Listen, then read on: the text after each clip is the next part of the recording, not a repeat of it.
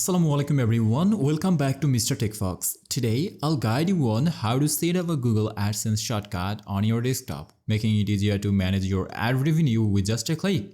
If you find this tutorial helpful, please consider subscribing for more tech advice. Alright, first of all, open the web browser from your desktop. I'm gonna open the Google Chrome browser and you have to type on the address bar here adsense.google.com. So normally I'm gonna type here adsense.google.com and then press enter.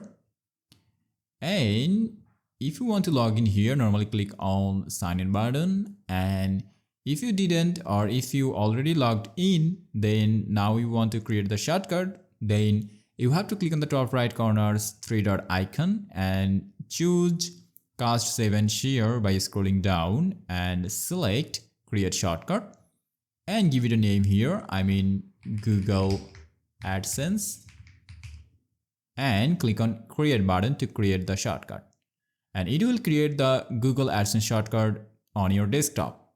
If you click on this, it will redirect you to adsense.google.com every single time with just a click, and it will save your time. If this helps, please consider subscribing to this channel. See you in the next video. Allah Hafiz.